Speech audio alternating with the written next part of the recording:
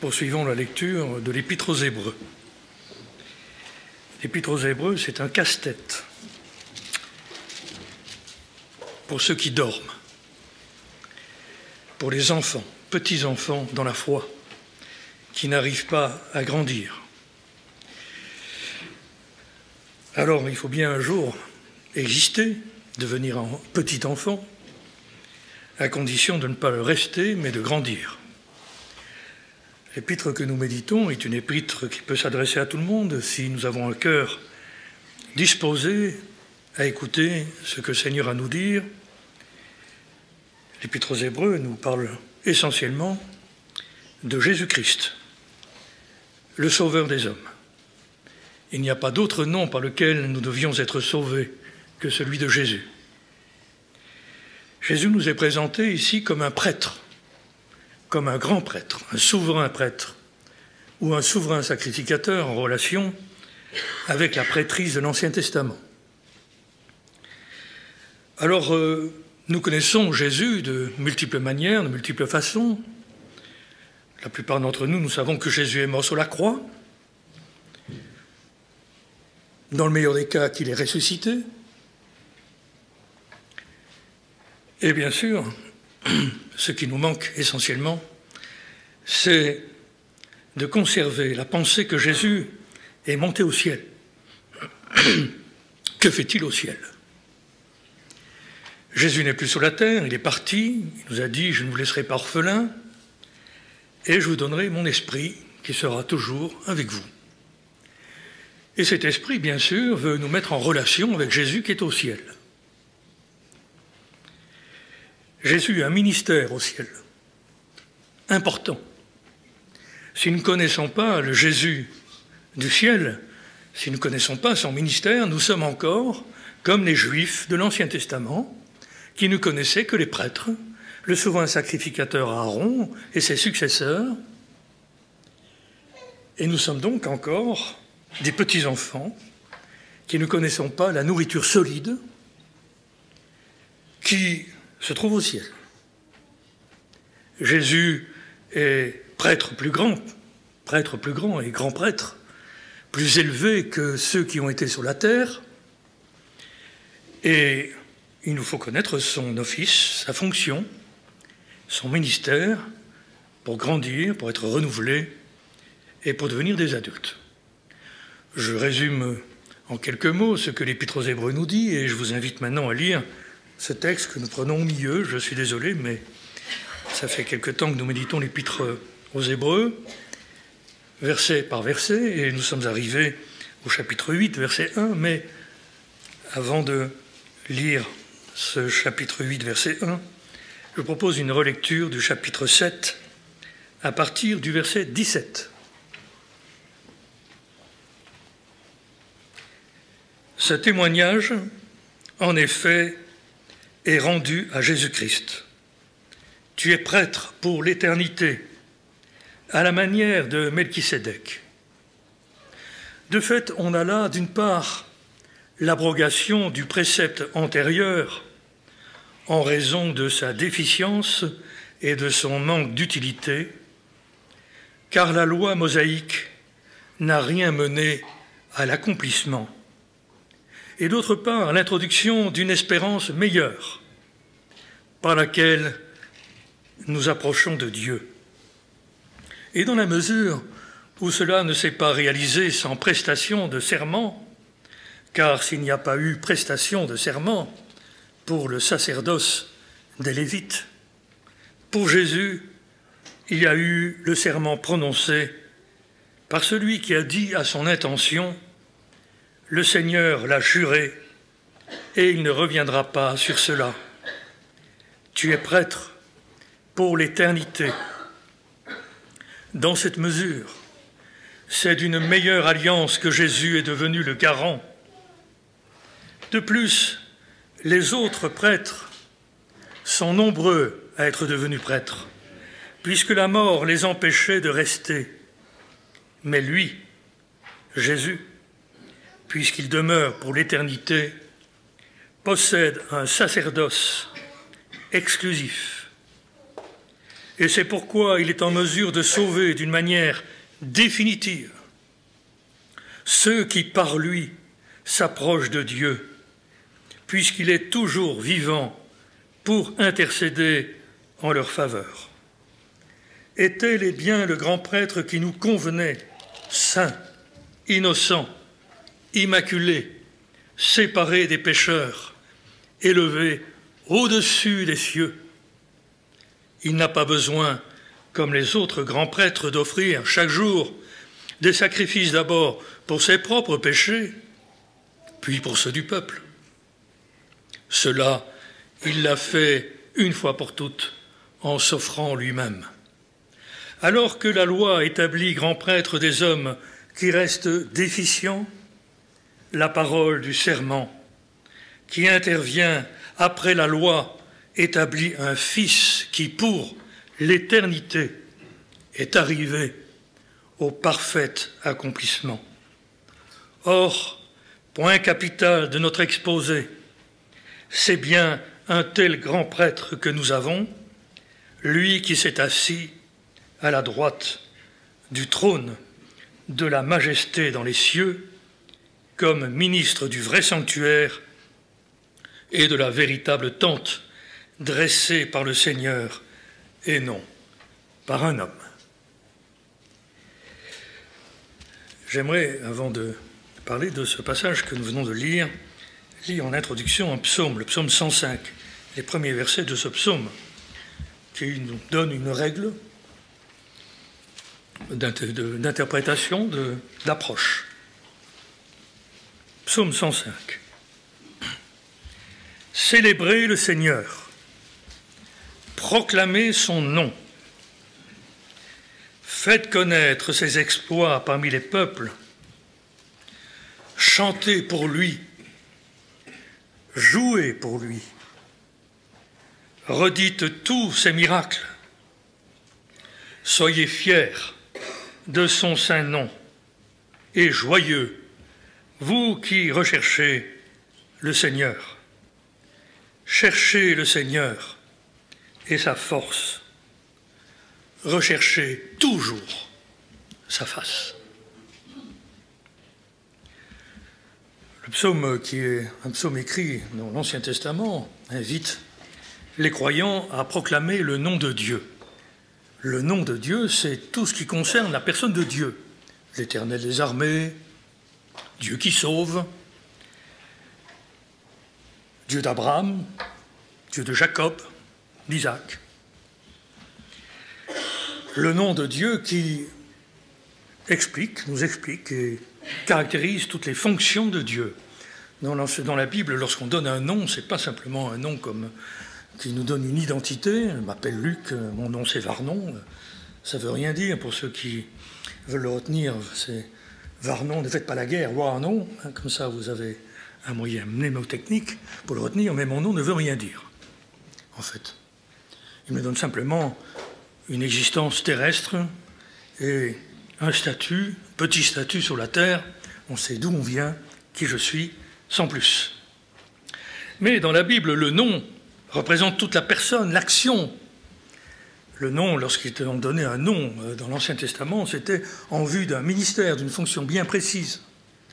Ainsi, par exemple, Jésus a reçu le nom de Jésus, qui veut dire « Dieu sauve ».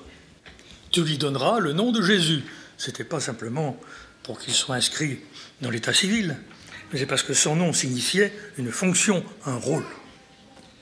Et donc, en Israël, on exaltait, on demandait de célébrer Dieu en proclamant son nom. Il faut le proclamer. Qu'est-ce que c'est que proclamer? C'est déjà le dire, le prononcer par la bouche, le répéter sans cesse. Faites connaître ses exploits. Il faut donc connaître ce que Dieu a fait. Et comment savons-nous ce que Dieu a fait? Pour nous, c'est ce qui est écrit dans l'Écriture. La parole de Dieu nous rappelle quels sont les hauts faits de Dieu, ses exploits. Chantez pour lui. Nous sommes invités à chanter pour Dieu. C'est assez étonnant. D'habitude, on chante pour quoi? On ne sait pas. On chante pour Dieu. Il y a une forme de lien qui se tisse entre Dieu et nous lorsque nous chantons et que nous proclamons à Dieu lui-même ce qu'il est. C'est-à-dire, nous témoignons par la bouche, nous adorons, adorare, nous prononçons, si vous voulez, notre soumission à ce que Dieu nous a révélé. Nous proclamons son nom, c'est-à-dire nous confessons ce qu'il est et nous le disons à haute voix. Jouez pour lui, jouez des instruments, redites tous ses miracles. Il faut le dire, redire. Soyez fiers de son saint nom. Soyons fiers. Et joyeux. Vous voyez pourquoi nous ne sommes pas joyeux? C'est que nous n'avons pas, dans notre exercice de la piété communautaire, nous ne rappelons pas le nom de Dieu. Nous ne sommes pas fiers de son nom. Nos yeux sont centrés sur nous-mêmes, sur la terre, nos problèmes, nos difficultés, nos détresses. Alors nous invoquons bien Dieu, nous l'invoquons, mais dans une forme de désespoir, avec une grande incrédulité en fond, parce que nous ne savons pas si vraiment Dieu va nous écouter, nous exaucer. Il faut être fier du nom de Dieu d'abord. Fier de ce qu'il est. Parce que ce qu'il est, c'est ce que nous allons devenir. Ce qu'il a fait pour nous, nous allons l'expérimenter. Et pour expérimenter ce que Dieu a fait pour nous, il faut être fier de ce qu'il a fait pour nous. Le mettre en évidence, en exergue. Chercher le Seigneur et sa force. Il faut chercher Dieu. Nous, on cherche souvent à résoudre nos problèmes. On cherche un secours. C'est le Seigneur qu'il faut chercher. Chercher le Seigneur et sa force. Rechercher toujours sa face, la face de Dieu. Comment pouvons-nous voir la face de Dieu? Qui nous révélera la face de Dieu? Les mystiques pensent avoir une connaissance de Dieu par eux-mêmes, par un exercice sophistiqué de l'âme, de l'élévation de leur âme. Ils entrent dans une forme de transe, espérant ainsi goûter un peu de la présence de Dieu. C'est le désespoir de tous les mystiques, qui souvent sont plongés d'ailleurs dans un monde diabolique. Et c'est pourquoi les grands mystiques ont souvent eu beaucoup de malheurs, de détresse physique, parce qu'ils ont cherché Dieu par eux-mêmes, et ils sont tombés dans une forme de désespoir, et même sont devenus la proie du diable, qui voudrait bien nous faire croire qu'on peut trouver Dieu par nous-mêmes, tout seul, par des exercices de souffrance intérieure. C'est le Fils de Dieu qui nous révèle le Père. Personne n'a jamais vu Dieu. Le Fils qui est dans le sein du Père, c'est lui qui l'a fait connaître. Si nous voulons connaître la face de Dieu, la personne de Dieu, qui est Dieu, quelle image avons-nous de Dieu? Souvent un Dieu sourd à la prière, un Dieu cruel parfois, méchant, vengeur. Nous avons peur de lui. Nous doutons de sa bonté. Dieu, jamais il me donnera ça. C'est pas possible qu'il me fasse miséricorde. Il y a beaucoup de croyants qui sont dans cette forme de détresse, tout en voulant invoquer Dieu, n'arrivent jamais à l'approcher et n'ont jamais la joie ni la fierté de connaître son nom. Or ici, l'Épître aux Hébreux nous montre comment nous approcher de Dieu. Quel est le moyen de nous approcher de lui? Et cette approche est possible.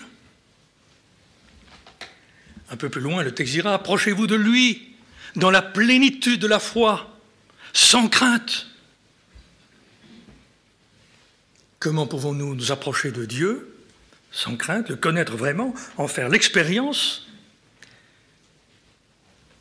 Ce Dieu qui habite le ciel, ce ciel qui nous est inaccessible puisque nous sommes des gens de la terre et aucune fonction terrestre ne peut nous faire parvenir à la demeure de Dieu qui habite le ciel.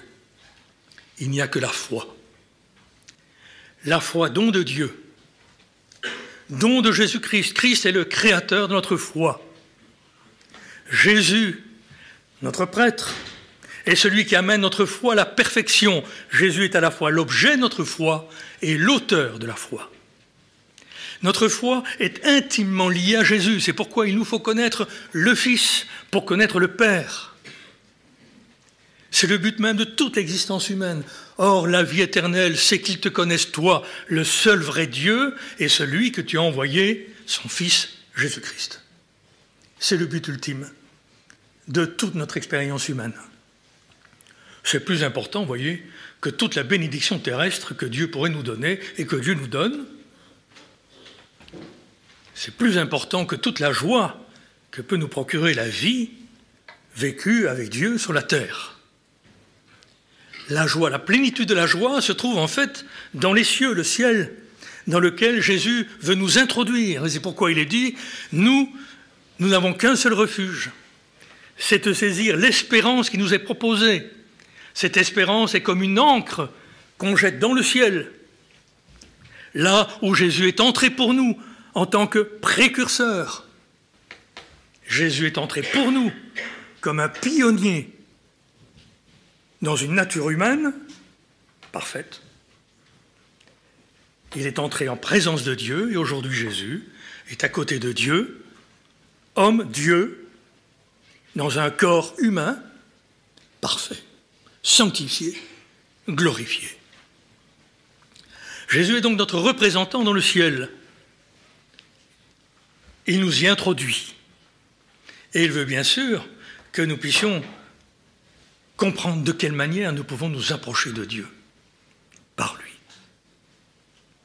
Et c'est pourquoi il faut connaître Jésus, connaître son nom. Et l'Épître aux Hébreux nous donne comme un coffret rempli de trésors, de perles précieuses, que nous pouvons prendre les unes après les autres, les examiner, parce qu'elles nous donnent des garanties supplémentaires de la possibilité que nous avons de pouvoir nous approcher de Dieu et de le connaître. Et c'est pourquoi il faut qu'ensemble, on lise l'Épître aux Hébreux, même si c'est difficile, même si on semble un petit peu dépassé par les événements, l'intelligence s'y perd, on ne comprend pas tout. Mais on peut proclamer dans la foi. Et on peut dire ensemble qui est Jésus, ce que Jésus a fait pour nous. Et c'est en le proclamant, en le disant, en y croyant, en nous abandonnant à lui, tel qu'il nous est décrit dans l'Écriture, que nous pouvons avoir cet accès auprès de Dieu. Alors Jésus nous est présenté ici dans l'Épître aux Hébreux d'une manière unique, dans le Nouveau Testament, comme un prêtre. Vous avez un prêtre. Quel est votre prêtre? Quel est notre prêtre? Il n'y a plus de prêtre. Non, il n'y a plus de prêtre. L'Épître aux Hébreux nous dit que Jésus est le souverain prêtre. Il a un sacerdoce, nous est dit ici, exclusif, c'est-à-dire inaliénable, qui ne peut être cédé à personne. Un sacerdoce, une prêtrise unique, exclusive. Eh bien, dans la chrétienté, malheureusement, on n'a pas cru cela. Et c'est pourquoi il y a encore des prêtres.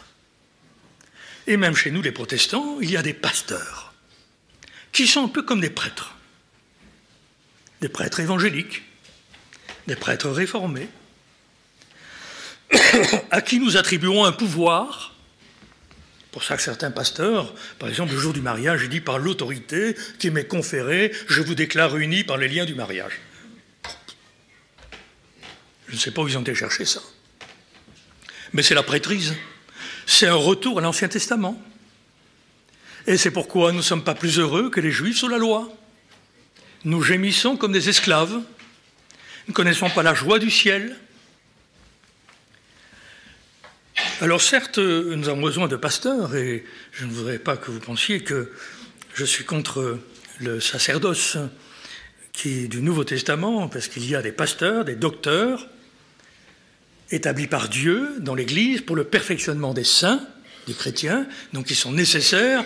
Nous devons aux pasteurs le respect, l'obéissance, l'honneur, parce qu'ils sont des serviteurs de Dieu, à cause du service qu'ils accomplissent pour nous en notre faveur dans l'Église. Mais ils ne sont pas des prêtres. C'est Jésus le prêtre. Et tous les pasteurs, et je fais partie du lot, ont pour mission de ne pas se prêcher eux-mêmes. Ce n'est pas nous-mêmes que nous prêchons, c'est Christ que nous prêchons. Et nous vous disons, vos serviteurs, à cause de Jésus. C'est Jésus qu'on prêche. Et on amène tout homme à être parfait comme Christ, on amène tout homme à connaître le Christ, véritablement. Comme disait Paul, je souffre les douleurs de l'enfantement jusqu'à ce que Christ soit formé en vous, dans vos entrailles, que Christ vous soit révélé, que vous puissiez connaître Jésus vraiment dans le cœur, et que ce ne soit pas simplement une vue de l'esprit, une image, une vague connaissance. Christ en nous, l'espérance du ciel, l'espérance de la gloire. Et c'est pour ça qu'on dit déjà aux enfants, mais les enfants ne connaissent pas, ce sont des enfants, il faut que Jésus entre dans ton cœur. Je dis oui. Et une fois, il y a un de nos enfants, il dit, mais comment est-ce que Jésus peut entrer dans notre cœur? Par la bouche? Il faut que Jésus soit formé en nous, que Jésus soit dans notre cœur, et que nous devenions son sanctuaire. Mais ça, c'est une étape, c'est l'expérience. Mais avant de connaître Jésus dans notre cœur, il faut aller vers lui, là où il se trouve, c'est-à-dire dans le ciel. Et il faut proclamer, confesser ensemble ce qu'est Jésus. Donc il est prêtre. Pour l'éternité, pour toujours. Il est dit ici, j'aimerais, si vous voulez, glaner quelques fleurs de ce texte, quelques perles rares, qui nous sont offertes ici à notre foi. Il est dit que Jésus est devenu prêtre d'une manière assez particulière. Pas comme ceux de l'Ancien Testament, qu'il était de père en fils. C'était les Lévites qui étaient prêtres de père en fils dans l'Ancien Testament, et voilà que surgit Jésus, qui n'est pas de la tribu de Lévi, mais de la tribu de Juda. Et il y a deux petits passages dans l'Écriture, un dans la Genèse, où on voit un homme nommé Melchisédek qui s'approche d'Abraham et qui va bénir Abraham, et Abraham va lui remettre la dîme de son revenu. 3 versets. Mystérieuse, je dirais, mystérieux surgissement de ce personnage qui vient au milieu de l'histoire de nos patriarches. Il n'est pas dit grand-chose de lui. Donc c'est resté dans l'oubli, un peu dans les souvenirs. Et voilà qu'au psaume 110, je crois,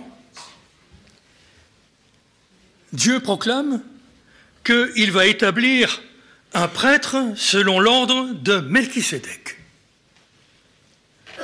1000 ans après, voilà qu'une prophétie surgit et annonce la venue d'un prêtre selon l'ordre de Melchisédek.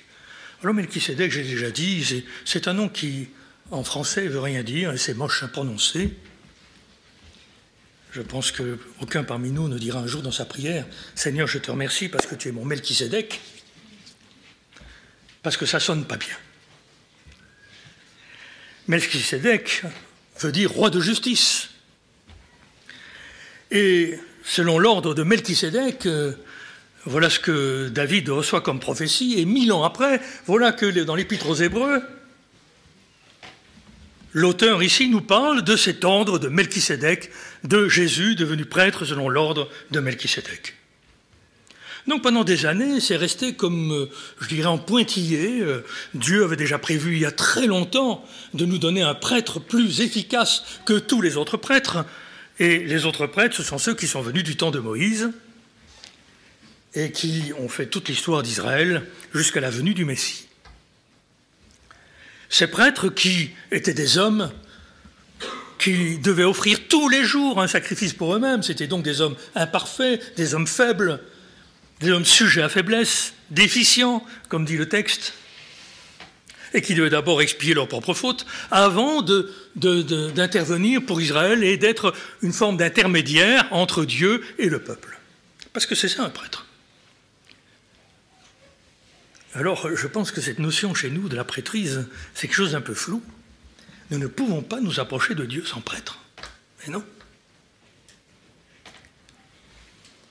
Je sais que le salut individuel que nous avons prêché souvent et qui est juste, un salut personnel, on vient à Dieu par Jésus, nous a fait un petit peu oublier que Jésus est prêtre. Et que la prêtrise est une nécessité. Le prêtre, c'est celui qui faisait tout pour le peuple. Je l'ai souvent dit auparavant, le prêtre faisait tout. Le peuple était là, dehors, dans l'attente de l'action des prêtres. Les prêtres faisaient le sacrifice. Le prêtre, le souverain sacrificateur, rentrait en présence de Dieu dans le tabernacle avec son pectoral. Je vous rappelle un peu les détails de l'Ancien Testament, ce pectoral avec des pierres précieuses sur lesquelles il y avait été gravé le nom des 12 tribus d'Israël, c'est-à-dire que le prêtre arrivait sur sa poitrine, sur son cœur, avec le nom des tribus d'Israël et se présentait en face de Dieu avec le sang de l'expiation. Et Dieu approuvait le sacrifice et accordait le pardon des péchés au peuple. C'était l'expiation qui avait lieu en Israël de cette manière. Ce prêtre était seul à entrer dans le sanctuaire, dans le Saint des Saints. Seul le prêtre avait droit d'y aller. Et d'ailleurs, le peuple craignait souvent qu'il pouvait risquer la mort. C'est pourquoi il avait des petites clochettes à sa robe. Et le peuple était dehors et tendait l'oreille. Et quand ils entendaient les petites clochettes, ils savaient que le souverain sacrificateur était en présence de Dieu pour eux et qu'il était toujours vivant. Qu'il n'était pas mort. Parce que personne ne peut subsister devant Dieu, parce que l'homme est pécheur. Donc le sacrificateur faisait un office extraordinaire. Il était un intermédiaire, un médiateur, qui avait fait l'expiation pour lui et qui le faisait pour le peuple. Et ça devait être renouvelé constamment. Et les prêtres mouraient. Et le résultat des courses, c'est que tout était imparfait, parce que le peuple n'arrivait pas vraiment à marcher avec Dieu. Vous savez comme moi, vous connaissez l'histoire d'Israël. La loi de Moïse était tellement dure, tellement difficile, que sauf quelques-uns, animés de l'esprit, avaient pu surmonter, je dirais, obéir à cette loi sévère. Et donc le sacerdoce était déficient. Et ici le texte nous dit, en raison de sa déficience et de son manque d'utilité, le sacerdoce de l'Ancien Testament a dû être remplacé par un autre meilleur. Introduction d'une espérance meilleure, nous dit le passage, par laquelle nous nous approchons de Dieu. Voilà que Jésus arrive et déclaré prêtre, souverain prêtre pour l'éternité. Rien à voir les Lévites. Il y a une coupure. Jésus n'est pas de la tribu de Lévi, il est de la tribu de Juda. Donc Dieu montre clairement qu'on ne s'approche plus de Dieu de l'ancienne manière et qu'il y a une nouvelle manière de s'approcher de Dieu. C'est la nouvelle alliance, meilleure. C'est celle que nous connaissons, que nous devrions connaître. Celle qui devrait réjouir notre cœur. Jésus a été établi prêtre, pas de son propre chef. Non, c'est pas lui qui l'a choisi. C'est Dieu le Père, le Dieu 3 fois Saint, qui a établi son Fils et qui, par serment, a prononcé un serment. Donc Dieu a juré. En général, quand on jure, on ne revient pas sur sa parole. En jurant, Dieu a dit, voilà, je ne changerai plus jamais d'avis. Je jure que mon Fils, Jésus, est le prêtre par excellence que je vous ai choisi. Dieu a dit à son intention, le Seigneur l'a juré, il ne reviendra pas sur cela. Tu es prêtre pour l'éternité, pour toujours. Dans cette mesure, c'est une meilleure alliance que Jésus est devenu le garant. Jésus garant. Ça vous dit quelque chose, Jésus garant? Jésus est la garantie. Garantie de mon salut. Il est garant vis-à-vis de Dieu, vis-à-vis du Père Et c'est Dieu qui l'a établi, hein, sachons-le bien. C'est Dieu qui a envoyé son Fils, et c'est le Fils qui est venu de lui-même, en accord avec le Père.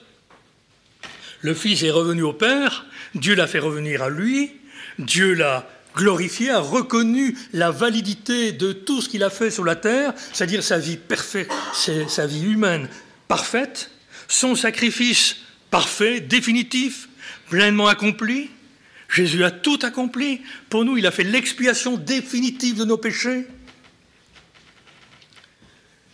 Jésus est monté au ciel et il est notre garant parce qu'il présente à Dieu la perfection de son salut. C'est lui mon garant. Et si je suis sauvé aujourd'hui, et si je suis joyeux aujourd'hui, c'est pas parce que j'ai bien vécu ma semaine, parce que je me suis réveillé avec une humeur joyeuse. Aujourd'hui, je suis heureux, joyeux, parce que mon salut ne dépend pas de moi, mais de Jésus, mon garant. Et ça manque terriblement. Combien de croyants plient sous la culpabilité, demandent encore sans cesse pardon à Dieu pour les mêmes fautes, sans arriver vraiment à une parfaite paix. Et on attend la paix, on attend je ne sais pas quoi, quelque chose qui vienne, qui nous donnerait une assurance d'être bien, d'être vis-à-vis de Dieu, d'être en paix. Et, alors on s'accroche à l'expiation du Fils. Mais on est comme dans l'Ancien Testament encore, il faut renouveler le sacrifice. Et ce n'est pas pour rien que dans l'Église catholique, l'Église chrétienne dont nous sommes issus, offre le sacrifice à chaque messe. Il renouvelle une forme de renouvellement du sacrifice de Christ. Répétition du sacrifice. C'est pour ça qu'il n'y a pas de paix, il n'y a pas de pardon. On a besoin des œuvres pour être sauvés, on a besoin du purgatoire, on a besoin de la prière pour les morts, pour nous garantir d'un salut. Et nous, les chrétiens évangéliques, eh bien, on ne prie pas les morts peut-être, mais on n'est pas tellement sûr d'être sauvés. Au moment où il faut mourir, certains de nos amis sont passés au bord de la mort et encore, je dirais, presque dans l'agonie, ils ont encore fait venir le pasteur pour confesser encore un dernier péché, un dernier souvenir de jeunesse, comme si ce petit souvenir-là pouvait les empêcher d'entrer au ciel. Quelle incrédulité! On veut se perfectionner, on veut se laver de toute faute, on veut être sûr qu'on est bien lavé, qu'on a tout fait comme il fallait. Au détriment de la gloire de Jésus, on n'est pas fier de Jésus, on ne se réjouit pas de Jésus, on ne se réjouit pas de son nom, on ne le proclame pas, et on ne dit pas « Jésus, tu es mon garant ». Dites-le dans la prière, ça, quand vous doutez, quand vous êtes, je dirais, dans l'effroi, que sais-je, dans le doute. Seigneur, moi je suis comme je suis, mais tu es mon garant. C'est toi mon salut. Il faut le confesser, il faut le proclamer. Et ça va venir dans l'expérience, si je le confesse, si je le proclame.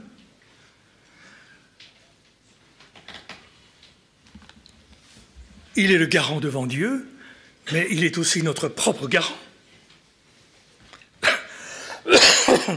C'est comme si Jésus nous disait, tu sais, les Juifs, ils ont essayé d'obéir à la loi, ils ne sont pas parvenus. Puisqu'il est dit ici, les préceptes antérieurs, en raison de leur déficience et de leur manque d'utilité, la loi n'a rien mené à la perfection. Le texte nous le dit, la loi n'a rien mené à la perfection. Jésus dit, tu vois, ils ont essayé toute leur vie d'être justes, de s'approcher de moi, de Dieu, dans leur perfection, dans leur propre justice. Ils ne sont pas arrivés. Ils ne sont pas arrivés. On n'y arrive pas, nous non plus. Jésus nous dit, mais toi non plus, tu ne peux pas y arriver. Mais moi, je suis ton garant. C'est-à-dire, je vais te garantir que toutes les exigences de la loi, je vais les accomplir pour toi, dans ton cœur. Je vais inscrire, nous verrons ça plus tard, j'inscrirai mes lois dans ton cœur et je ferai que tu suives mes commandements. Je le ferai. C'est moi ton garant. Jésus m'a garanti que ces choses se feront. Et je sais que si je suis sauvé aujourd'hui, malgré toutes les erreurs que j'ai commises, des péchés de ma vie, parce que plus on avance en âge, plus on fait le bilan de son existence, j'ai plein de zones d'ombre dans ma vie. De moments où ma vie était charnelle, où j'étais léger, superficiel, où j'étais négligent. Ma vie est pleine d'ombre. Comment être sûr que le Seigneur m'accueillera et qu'il m'acceptera, malgré toutes ces déficiences? C'est que Jésus est devenu juste pour moi. Il est la garantie de mon salut. Et la garantie que ce qu'il a commencé en moi, il l'achèvera pour le jour de son retour. Et j'aimerais encore soulever une autre petite perle ici. Puisque Jésus demeure sacrificateur pour l'éternité, il possède un sacerdoce exclusif, et c'est pourquoi il est en mesure, Jésus est en mesure, s'il vous plaît, Jésus est en mesure, il est assez grand. Oui, mon Jésus est grand. Mon sacrificateur, il est grand. C'est pas à moi de lui faire la leçon, à lui dire peut-être qu'il fait mal son travail, et que c'est pas tout à fait sûr que j'y arriverai. C'est comme ça qu'on raisonne dans l'incrédulité. Il est en mesure, nous dit le passage, de sauver d'une manière définitive. Non. J'invente pas. Et si un jour on a le doute, eh bien on revient à l'Écriture. Oui, c'est bien marqué, définitif. Il me sauve d'une manière définitive, parfaite. Rien n'est ajouté. Ça se fera par lui. Il sauve d'une manière définitive ceux qui par lui s'approchent de Dieu. On s'approche de Dieu par Jésus. Et il ne faut pas rester en retrait par peur de Dieu. Il faut s'approcher de lui, c'est le but de l'existence. Dieu veut qu'on le connaisse. Dieu veut qu'on connaisse Dieu qui est au ciel. Notre Père qui est aux cieux.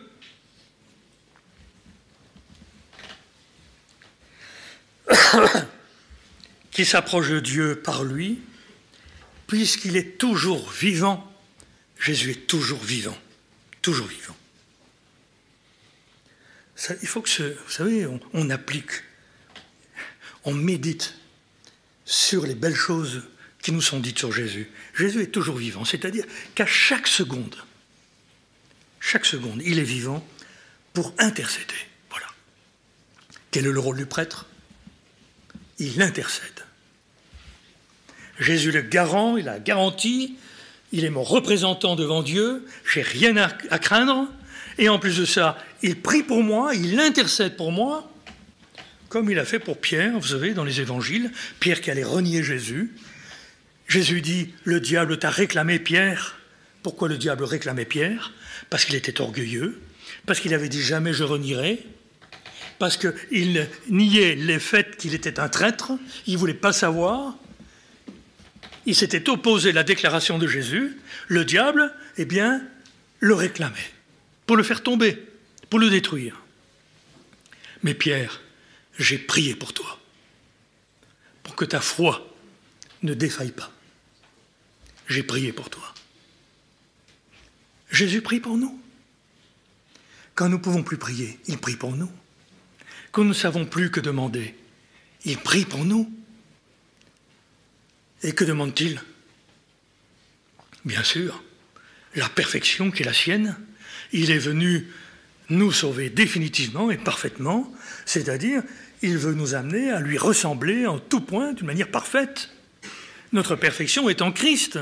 Sur la terre, nous n'en expérimentons que peu de choses, et parce que tant que nous demeurons dans un corps, nous demeurons loin du Seigneur. Mais c'est pourquoi nous marchons par la foi. Mais dans la foi, nous sommes parfaits aux yeux de Dieu.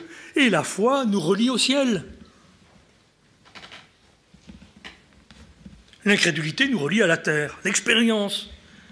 Tu n'es pas parfait, oh, il y a encore tellement de défauts, tu n'arriveras jamais. La terre faite d'efforts.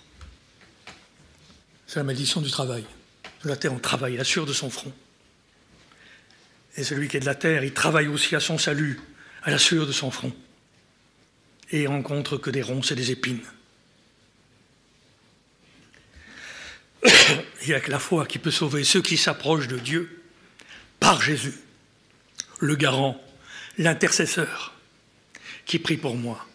Et qui donc, que demande Jésus? C'est que la vie du ciel, puisqu'il y est, descende en moi. Que ce qui est beau dans le ciel devienne beau dans mon cœur. C'est pour ça que l'Épître aux Hébreux nous montre Jésus qui veut nous faire goûter au ciel déjà sur la terre, à la vie céleste.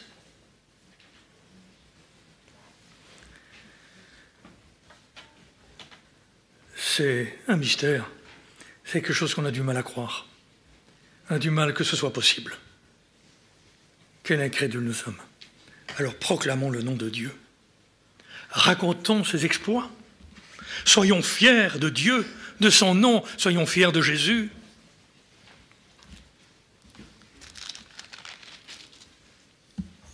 Et pour terminer, le texte nous dit « Tel est bien le grand prêtre qui nous convenait. » C'est convenable.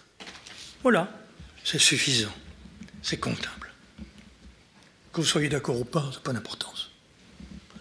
Que votre cœur dise le contraire, ça n'a pas d'importance. Que vous puissiez penser que ce n'est pas vrai parce que vous n'êtes pas bien, parce que vous êtes déprimé, parce qu'il y a trop d'échecs dans la vie, trop d'épreuves, c'est pas grave. Ça ne change rien. Ça ne change rien au nom de Dieu. Ça ne change rien à la stabilité de Dieu. Il est l'Éternel. Il est toujours vivant pour intercéder à chaque moment, à chaque instant, tous les instants de ma faiblesse. Je vis des bénéfices de son intercession. Et nous pourrions faire un parallèle avec nous, parce que nous, les chrétiens, si nous connaissions vraiment le rôle du prêtre, nous ferions moins de choses et nous serions davantage les intercesseurs pour les hommes. Nous cherchons à convaincre nos enfants de la foi. Nous tourmentons pour nos enfants. Et que sais-je, pour les hommes, pour les amener à l'évangile, pour être témoins de Jésus-Christ. C'est des efforts toujours. D'ailleurs, c'est bien simple. Qu'est-ce qu'on dit dans l'Église? On fait des efforts d'évangélisation. En tout cas, moi, j'étais dans une église, on faisait des efforts d'évangélisation. Ça indiquait bien qu'on était un petit peu à côté de la plaque. Des efforts d'évangélisation. On intercède, on prie. Le Seigneur prie pour nous. Et il va même jusqu'à dire, si tu t'inquiètes de ton frère, ne le juge pas. C'est Dieu qui est son maître. Il est le serviteur. Il est le serviteur du maître. Je dis, ne t'inquiète pas pour lui, Dieu s'en occupera. Dieu s'occupe des autres, Dieu s'occupe de ses élus, mais nous pouvons, nous c'est vrai, nous associer à l'intercession de Jésus. Quelle garantie, quelle assurance. Jésus prie, je prie avec lui. C'est pas ma prière tout seul qui va faire quelque chose. Je prie parce que Jésus prie. Et je suis prieur parce que Jésus, à la suite de Jésus qui prie. Je suis intercesseur. J'intercède pour les autres en sachant que Jésus intercède pour eux aussi. Quelle garantie, non? Quelle assurance. Il convenait que nous ayons un tel souverain sacrificateur. Sans faute, séparé des pécheurs, élevé au-dessus des ciels. Nous y reviendrons. Élevé au-dessus du ciel. C'est un mot qui veut dire quelque chose, vous savez. Élevé au-dessus des cieux. Au-dessus des cieux. Notre vie d'abord céleste. Nous avons une vocation céleste. Notre cité dans les cieux, on le sait, on le chante. Et parfois, eh bien, il y a des gens qui font toujours la même prière et qui remercient Dieu pour la cité céleste. Et quand on voit leur vie, ils sont bien terrestres, hein, quand même, très attachés. Mais c'est une réalité, le ciel. Eh bien, que le Seigneur puisse orienter notre cœur vers les choses d'en haut et qu'il nous donne une vraie connaissance du Fils, connaissance qui nous vient de l'Écriture et qui s'approfondira dans la mesure où nous adorons Dieu en fonction de ce qu'elle nous dit. Je vous invite à prier.